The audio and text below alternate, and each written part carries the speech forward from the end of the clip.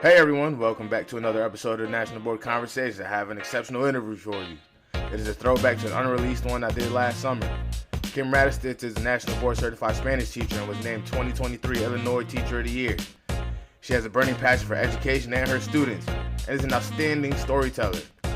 She can envelop you in her stories, so you won't be disappointed. I won't keep you any longer, so here's my conversation with Miss Rad. Hello, Kim. Thank you for taking the time. I really appreciate you hopping on with me. Well, thank you so much for having me. I'm excited about this experience. So you were named 2023 Illinois Teacher of the Year. You're an NBCT, but you got there somehow. So can you give us a little bit of a background of yourself? What's your current role and how'd you get there? Yeah, so I have been teaching in Oregon, Illinois for the last 16 years. I am a Spanish teacher in Oregon, and I've worn lots of other hats. Like I've been student council advisor and a freshman class dean, an academic full coach, and I've been on like all the committees, right? School improvement team, curriculum team, handbook committee.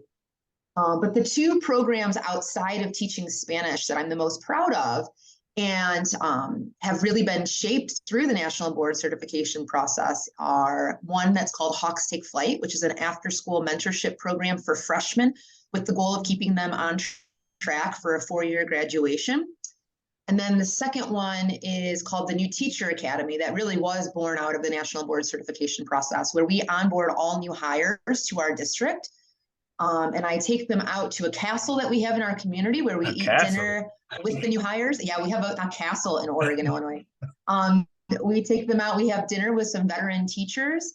And then the second hour that we have together every retreat, we call them retreats, I provide them with professional development that's aligned to our school calendar. So around parent-teacher conference time, we have a conversation about how do you engage with parents? What should that conversation look like? What materials should you bring with you? Around testing season, we talk about how can you utilize that data? Where will you find those different sources of data within our district? And really just give our new hires the support that they need in real time. So instead of onboarding them over the summer where we have this orientation and we give them all sorts of information at the beginning of the year that they'll probably forget as the year goes on, we give it to them as they need it. So that's kind of what I'm up to in Oregon. That's really awesome. You being a teacher leader, that's what we want NBCTs to do. That's really cool. So we're gonna Yeah. get into a little bit of you outside of the classroom to get you know on the personal side. All right. So what are your Yeah. three favorite foods? Tacos, and tacos would be the answer to that. I could give you three different types. But outside of tacos, I love ice cream, like to the point where ice cream was my first word as a baby. Oh man. And so I take that very seriously. Like that's a huge part of my identity, I think, tacos and ice cream. And then like a true Midwesterner in the summer, I don't know if there's anything better than a brat on the grill. Like Okay. that's just like a Midwest summer. I got some family from Wisconsin and they talk up brats a lot. So You got it. all Yeah. right. So three songs that help define who you are. Mm. I would say that the first one would be Happy by Pharrell. I Okay. love that song. It's my jam. And I love that, like just the theme of that for the classroom, right? Like it doesn't matter what's going on. If something bad can go wrong during the lesson, but that's all right. It's not going to bring us down. We're just going to be happy. And like, that's how I feel in my classroom each and every day. The second one would be This Is Me from The Greatest Showman. I love that musical. Because I think that that's the message that I have for the kids that I mentor in my after school program, that like, hey, we all have our story and but we're all in this together. And like your story is unique to you, but it's also super important. So be proud of who you are and like let's overcome any obstacles that you might have in the future. And then yes, for the third one, like anything that's a mariachi song or a polka song, I guess would be my third thing. Like I don't have a specific one, but I feel like that's a soundtrack to my childhood, that my grandfather was on my dad's side was in a polka band, and my great uncle on was in a mariachi band. And so I feel like any family gathering included one of those two types of music. And I think that that's a huge reason why I'm a Spanish teacher today, is that my family invested in making sure that I was really proud of my culture. So even though they aren't like current types of music, I do think that they define me No, that's and my really cool. interests. That's really cool, and that you're proud of all of your cultures that make you who Hmm. you are. Yeah, absolutely. All right, last one. The one sports team that has your heart, and if you're not a sports person, a movie you can recite line for line. Man. So I don't know anything about sports. So we'll go back to the movie one. And it really would be The Greatest Showman. And I was thinking last night about The Greatest Showman and how, in terms of national board certification, the process of making the show in The Greatest Showman the best show would make a really good entry for national board certification. Like, really think about that, right? Like, he had to think, like, if the show was a lesson, the things that he had to overcome in order to make that, like, the greatest show, that would make a really good entry for national No, board I certification. could Like, see think it about that because process and reflect and like think about, like, he had to get to know the people in his show. Like, he had to get to know their background. What was it that was going to make them strive to be great? Like, he had to overcome all sorts of obstacles to the point where, like, in the movie, well, spoiler alert, like, when it burns down, like, he has to completely rebuild the show, right? But you got to learn from all those mistakes that you made to make it the greatest show ever. And I think about, like, why I am the teacher that I am today after having experienced the national board certification process. And I recognize that it isn't a linear journey, right? Like, being a teacher and experiencing success is not linear. And there are so many times where I've failed and I've had to learn from those failures. And national board certification gives you that framework to think about what was it that went poorly and how can I grow from that. So I didn't mean to pick that movie for that reason, but I was thinking about that earlier. no, it's cool. Like that's not a movie, honestly, not a movie I expected. And I keep hearing great. I Yeah, personally haven't seen it, but I'm gonna it's make a so point to watch good. it now. Cause like you're not the first person who's Yeah, like, it's worth it. So I'm gonna make a point to go watch it. yeah, yeah, yeah. So, can you share why you became a teacher and why? Well, I guess you're still in the classroom, but why it's important to you to remain connected to education? Yeah. So, I mean, I truthfully have known that I wanted to be a teacher since I was knee high to a grasshopper. So, like, I don't have a defining moment of when I decided to become a teacher, but I can tell you that I know that why I'm a Spanish teacher. And I'm a Spanish teacher because of my English teacher, which sounds counterintuitive. But my sophomore year of high school, my English teacher was trying to teach us about the Odyssey.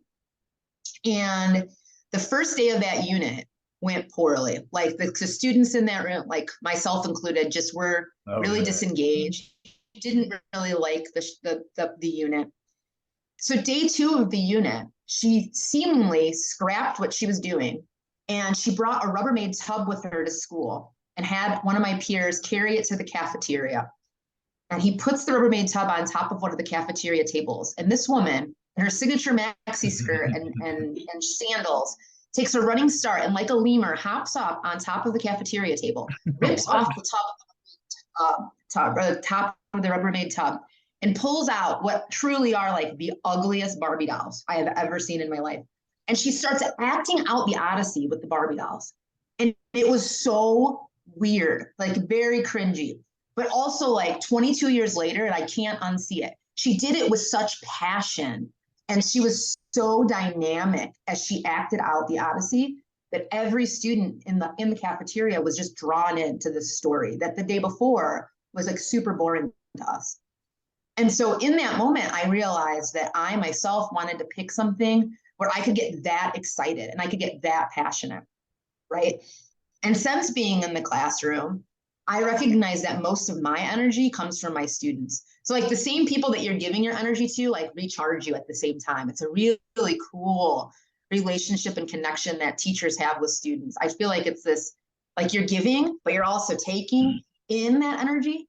No, it's And one of so those it things makes, where like you put in what you get out, right? Like if you're gonna put in yes, a certain amount of effort, you're gonna get the level of effort back. absolutely. And so, I mean, in terms of my content area, I went with Spanish because I had all of these rich experiences growing up, going to Mexico with my family. Um, and my mom is from Zacatecas, which is, like, in the mountain region of Mexico. And we would spend the summers there with our family. And those were such amazing experiences. And so when we came back to the United States, like, for school, like, and like, we live here, right? My dad's American. Um, I just always felt my heart, I felt like I left a part of me there, right? And so it's so cool to be able to share that culture with my students. And so I have a passion for the culture. And then when I get into the room and the kids are what they are, it's like the perfect storm, like the best experience ever. I miss it so much. I cannot wait to get back in the classroom next year. We're going to have some good times. I'm excited. And you get to explain these stories that you got going on now to your students. Man, I wish I had your classes in Spanish. I wish I was in your Yes. Spanish class. Yeah. So what do you enjoy most about being a teacher? I mean, absolutely, it's the connections. Like that's the easiest way to describe it is the connections. In education, I feel like, I mean, every conference that you go to, any interview that you listen to in terms of like what's important in education, the phrase relationships comes up, right? Like relationships are important. And that's absolutely true. Like relationships matter. But I think we need to be very mindful of when we talk about relationships, it's more than just the relationships with kids that matter. I think that it's also important that we're building relationships with each other in education. So like colleague to colleague, colleague to administrator. But then outside of that, it's so important that we're connecting to the families of our students and the community that we live in. So to me, that's the best part of being a teacher is just all of those connections that I get to make. And as somebody that lives in small town Illinois, like it's the best because I have this opportunity to not only make these connections, but to continue to foster them and to sustain them over a long period of time. So that when you walk into a grocery store, it's like you're never alone in the grocery store. Everybody's a familiar face eventually, right? But it's such an awesome experience that something that's as like mundane as going to the grocery store ends up being kind of fun because you see all these people that you've really invested in and that you really believe in, and you've had some really awesome shared experiences with. So that's the part that I'm looking forward to getting back to is to meet new students who ultimately probably are connected to me in some way because of their older brothers and sisters or cousin or mother's cousin's sister's kid. Like there's always those weird connections in small town Illinois. But I can't wait to get back to that. That's the best part, without a doubt. So what's been the biggest change for you since you had to leave the classroom, since you've been on this sabbatical? Yeah, so I'm going to be completely vulnerable with you in saying that Lindsay Jensen, the 2018 Illinois Teacher of the Year, always says that becoming Illinois Teacher of the Year is like hitting the lottery. And she's absolutely right about that. Like, it's like winning the lottery. You don't know you're going to win the lottery. It just happens. And then one day you wake up and you're a millionaire, right? I didn't know that I was going to be the next Illinois Teacher of the Year. It just happened. And as a result, I was put on sabbatical, which has been a wonderful experience. I'll start by saying that. But the first couple of weeks of sabbatical were hard for me. I'll be very honest, because for 16 years, I have been living and breathing school where I live by a bell schedule. I know exactly what I'm supposed to be doing every period of the day. I have this framework that I've built for my classes through national board certification process. Like I know what I need to be doing. The sense of routine that's like a part of me. It's a part of my identity. And then sabbatical came and it was like ripped from me. But it's been such a beautiful experience in that I've been able to make more connections. So like my community has just grown. And I have seen more of Illinois in the last 11 months than I've seen in my last 36 years of life. Like I've traveled all around this state.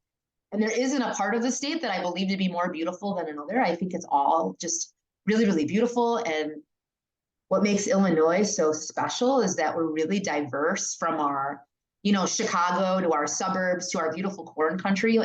We have like so much diversity in this state. And so it's been really fun to see that. And then I've also been able to connect with the other 55 state teachers of the year. And that, I mean, that's an experience that's the best part of the lottery, I guess, is getting to connect to these people that I feel like are going to become an extension of my family forever and ever. So my life now is mostly like keynote speaking and interviews like this, and then a little bit of writing here and there. But yeah, it's been a really great experience. No, I remember I was Different, but talking great. to Juliana Urtube, who was the 2021 National Yes. Teacher of the Year. And Mm-hmm. he said she was told that when she was named Teacher of the Year, your classroom gets a lot bigger. And Yes. it felt like that. It feels like that's what you're describing in a way. It's like your classroom just got a lot bigger. Yeah. Yeah, absolutely. And like the people I would consider to be my colleagues, like that network has grown exponentially, right? Like I miss my colleagues back home, absolutely, but I've met a lot of really awesome ones in this journey. So I to be truthful, I can't even imagine what life is gonna be like when I return. Right. Like I already feel like a completely different person than I was in my room 11 months ago. What am I going to be like 11 months from now? I don't know. Will I even recognize myself? I'm not sure. But I'm excited to be on this journey without a doubt. And I'm excited to share it with my students and to show them that again, like life isn't linear, like, but you need to really just embrace the change and to just go into every day just trying to be a better version of yourself. Like that's what life's all about. So you're a national board certified teacher, as we've Yes. talked about a couple of times. What pushed you to pursue, and what was your journey like? Did you achieve on your first try?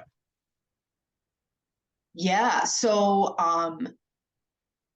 the reason why I decided to do national board certification process came from like a tap on the shoulder from a colleague. So super cool coincidental thing. I live in a really, really small town. Like literally there are 3 blocks in the town I Oh, live in. man. It's that small. And my very first day on the job, I went to new teacher orientation, and this teacher sat next to me, who was also a new teacher. And she said, "Hi, my name is Danielle. I'm a math teacher this year, and I'm pretty sure that you live in the block next to me." And I was like, "No, like you don't. Like I've lived in the same community my entire life, and I know everybody. Like, no, you don't. You have me confused." And she's like, "No, I see your mailbox all the time." She's like, "Will you commute with me to work? Will you be like carpool buddies?" And I was like, "Okay." So I didn't know this person. She became like my person. So we would drive to work every day together and then back home together. And she and I would like on the way to school talk about what we were excited about. And on the way home, we would reflect on how the day went. She did national board certification by second year of teaching. She went through the process and she achieved, and it was great. And so then she was like, "Listen, we have had all of these car chats. Like, you're ready. You need to do it." So third year of teaching, as soon as I was eligible, I was all in. And the experience was perfect for a third year teacher. It was perfect because as a first year teacher, you're like, it's like, like you're like a newborn, like deer. You don't know what you're doing. You don't know how to walk the walk. Second year, it's like, okay, I know I made a lot of mistakes last year and I know how I want to fix them, but you can only do so much in a year. And third year, it really was like the perfect time for me to like really, really reflect on what was going well and what wasn't going well. And so the national board certification process provided me with the framework that I needed to really reflect on my lessons, to reflect on my style, and to build a framework of creating lessons for the future. And so then years 4 through 16, it's just been revising, revising, revising, so that I can create a better experience for my students each and every year. And so I truly, truly believe that it was the national board certification process that put me on this trajectory to be Illinois Teacher of the Year and now a National Teacher of the Year finalist. And it's because I guess there's no other better way of me describing it other than like it pushes you to be the best version of yourself all the time and to stay unfinished. Like I feel like I have so much more that I want to achieve as a teacher. And yeah, I mean, I think that provided me with the framework to think about what my next steps need to be. So did you have a cohort that helped you through the process, or was it just you and Oh Danielle? yes, yes, yes, yes. So I had that colleague, and so not only did I go for it, but the art teacher at the time did, and then 2 English teachers. And so the 4 of us did the national board certification process together, and we got together like maybe once a quarter to just talk about how it was going. Um, but like we had like a blue box day because that was when I first did it. It was when we had the boxes Oh where you had to man, like pack the that box. box is So we had, yeah. infamous. the most stressful experience of my life, probably to date. Probably scarier than interviewing for National Teacher of the Year, quite honestly. Like, dang. Um, so, but yeah, I mean, we made it so much fun. Like, and it was when it was over, we celebrated that we were able to put our binder together. I'll tell you, that was a cool experience. But you know, what was even a crazier experience was renewal for National Board Certification. I want to flag this. I was up for renewal during COVID. Eddie, during COVID, I was up for renewal. So I had filmed a little video of my class maybe 2 weeks before the shutdown. And it was just for practice because I had a new classroom and I needed to know where to set my phone up to record. And so I just wanted to like take the sample lesson. It was not the lesson I was going to use for my entry. And then we got shut down. And so here I am, little Miss Rad, and like literally giving lessons from my basement, upset. I'm like super sad that I'm like ripped away from my students. And then I'll be honest, at the time, it was like salt in the wound. Like, and now I have to do, like, now I'm asked to watch these videos of myself teaching in my classroom, in my element, doing this national board certification renewal. And there were times where that was a struggle, but looking back on that, that was the best thing that could have happened to me during COVID. And here's why. It's because I was able to watch that video of myself and reflect on what was going on so that I could write about it. But also, as I was doing that, I was taking note of what was it about in-person learning that was like the secret sauce? What was it that really was lighting up my students? And what I saw was that was real. The thing that was really powerful in that video that I was watching and all the reflection that I was doing on other parts of my career was the community and the collaboration. And so even though we were in a shutdown COVID world, I recognized that in order for this to be a good experience, well, I guess a better experience for my students in the shutdown, like I needed to figure out a way to build community, even though we couldn't be physically together. And so that really, I think that really drove me to try some things and to really be creative. And so I was one of the first people in my district to try Zoom meetings with my students because we didn't have that expectation at first. And so like I did, what I did was I created what I called Rad Ventures. And every week I would send out a PowerPoint to my students that had slides of like different things that they could do to stay on top of Spanish. And each one of the slides was worth a different amount of points. And the kids had to have 40 points by the end of the week. And so they got to choose what they were going to do. But some of the choices were like, join me online for a rad, like a live rad venture where we would play a game, or I would do a lesson about like a grammar topic, or I would read them a story. And then I would like film videos of myself, like reading a story to them where they would have to answer questions, but we would come together and talk about the videos. So I was able to utilize that video and that reflection that I had done for the National Board renewal process to really think about how I was going to do remote learning teaching, which was perfect. In the moment, it didn't feel perfect. In the moment, it felt like extra stress. It was like, I already don't know what I'm doing teaching this, and now I have to write these essays. But it was the best thing that could have happened to me. So looking back on that, I feel like I think that's just the way it needed to be. I wasn't exactly where I needed to be in that moment. So grateful for it. And like, that's a really keen observation to notice that the one thing that was going to be lost was the community and the connection in the classroom and the collaboration, because there's ways we can get around it, like breakout rooms and stuff, but it's different in person, like you said. Yes. Right. And so I'll be honest with you, Eddie, like at first it was me mourning the loss of it. At first it was like, well, I can't be as good of a teacher as I was in this video because I'm not in person with my kids. And then I was like, no. Like that's such a defeatist attitude. Like this isn't like you can't do that. It's like, you have to find a new way to make that happen. And truthfully, those students in my after school program that I was talking about earlier that I tutor to keep them on track for freshman orientation keep them on track for a 4-year graduation.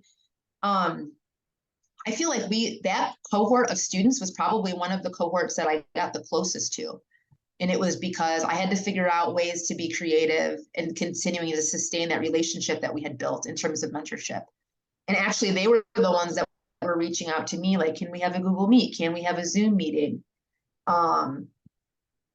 Yeah, I mean, and so again, like that was, it was just perfect. I think looking back on that, I'm really grateful for that experience of the national board certification process. It's awesome. So Illinois is pushing to have more NBCTs in the state, like yourself. There's Yeah. two bills that currently passed the House.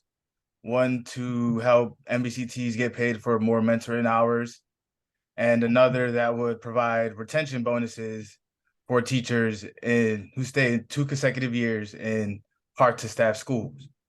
What is Hmm. some other things that you think the Illinois can do to help recruit more teachers to go through the national board process? Yeah. That's a really great question. I, I mean, I'll be honest. I think the fast and easy answer would be to just have some kind of stipend attached to it, or even a salary increase. A lot of school districts don't do that, and so um, for a lot of teachers, it feels like there isn't any incentive to it.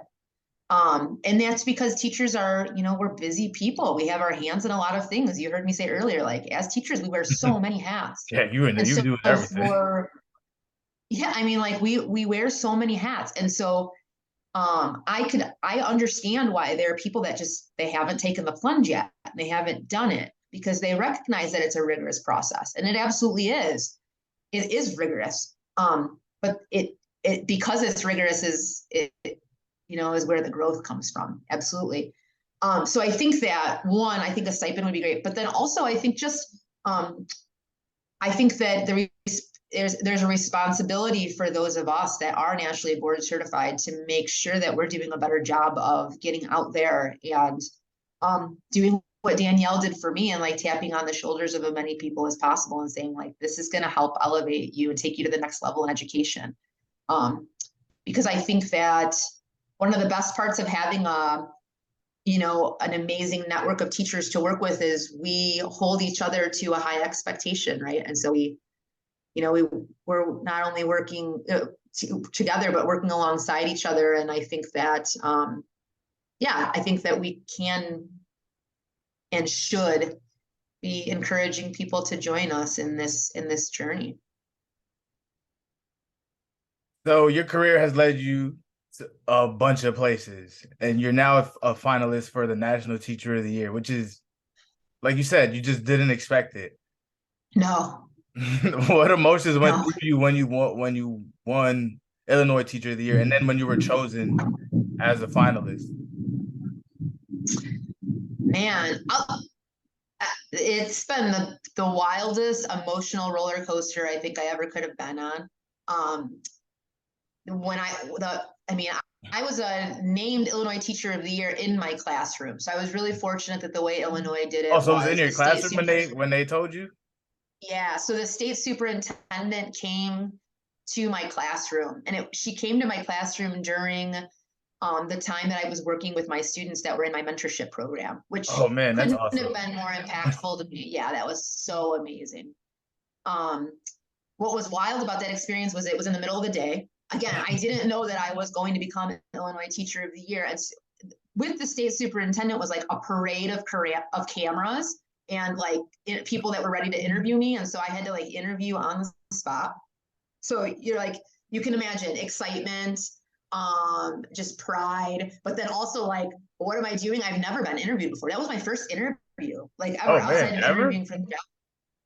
Like, I mean, I hadn't been interviewed before that. And so I was like, oh my gosh, I don't even know what's like, but I just spoke from the heart and I'm glad I probably was a good thing that I didn't know that interview was coming.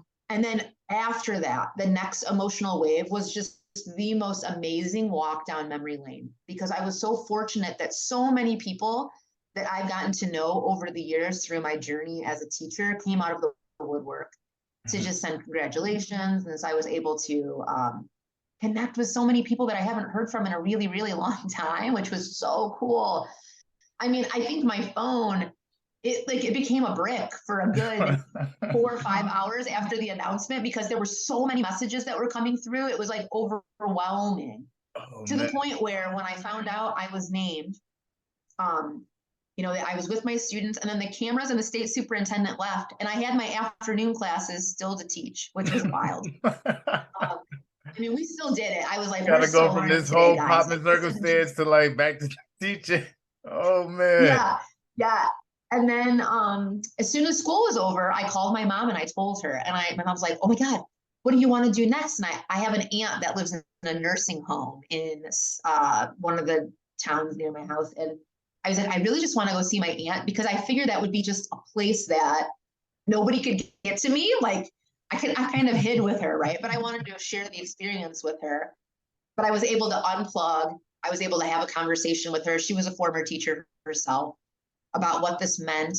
And then I was able to get to those messages and really be thoughtful about how to respond to them. And then the same thing with being named National Teacher of the Year finalist. Again, I heard from so many people again. I couldn't be more grateful. I really couldn't. This has been the most beautiful experience. And with that said, I've been thinking a lot about how in society, we need to do a better job of celebrating teachers, right? Like, I think one of the best ways, I keep saying, one of the best ways to elevate the profession is to celebrate the profession. We want high school students to consider getting into the teaching profession.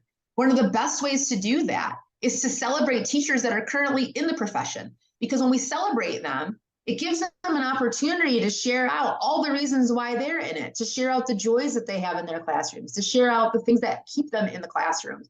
And I can't think of a better advertisement for the profession than listening to teachers talk about it, like living and breathing it, and the joy that comes from it, right?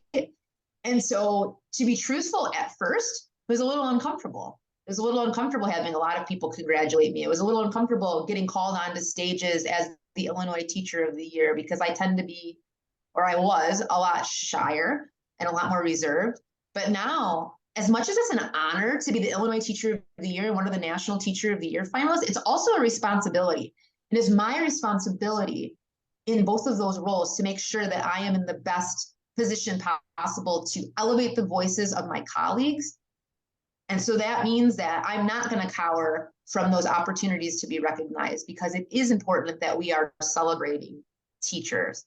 And so I hope to spend the rest of my career celebrating as many other colleagues as possible, because they deserve it too. They absolutely do. Yes, I love it. I love it. So with that, we're going to get into your elevator pitch. If you had to sell the teaching profession for someone looking to get into it in 1 to 2 minutes, what would you use as your elevator pitch?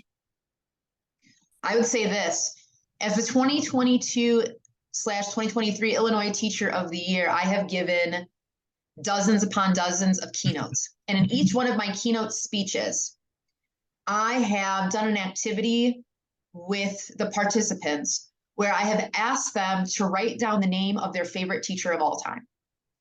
And as they do this activity, I have observed thousands of people write down the name of their favorite teacher. I actually make them do it on their head. Like, the activity is something I do with my students where they have to write on their head, and it's kind of silly, but I've seen thousands upon thousands of people do this activity now, and I've never seen it take longer than 10 seconds for somebody to write down the name of their favorite teacher of all time.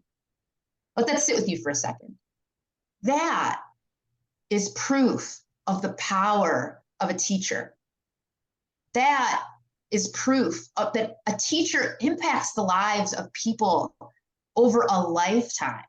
And that is the kind of profession that you are signing up to be a part of if you come into the teaching profession.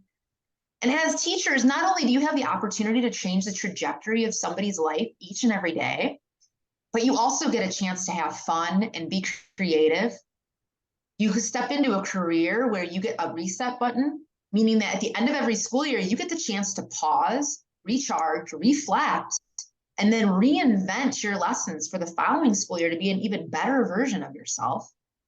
And then finally, you get the opportunity, you've heard me say this, to get an extension of your family through the colleagues next door and the students in your room. There's nothing more amazing than that.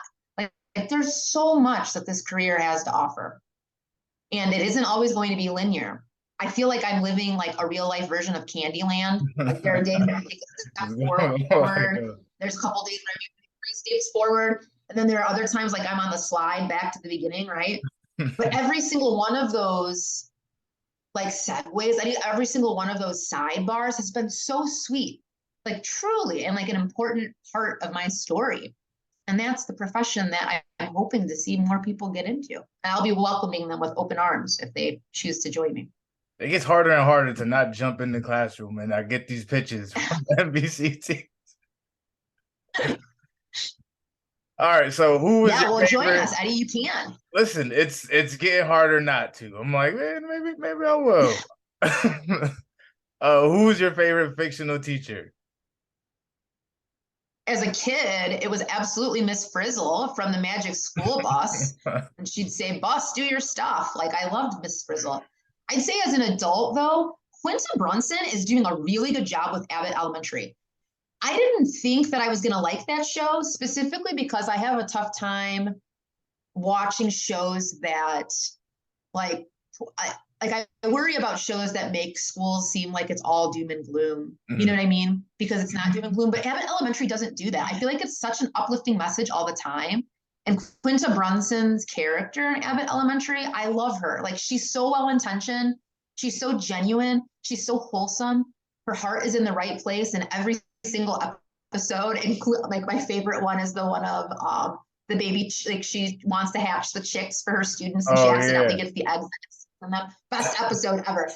But like, I just love that her, like, again, she really is like so many of my colleagues. Like, yes, there's obstacles, but what job doesn't have obstacles, truthfully, right? What job doesn't have obstacles?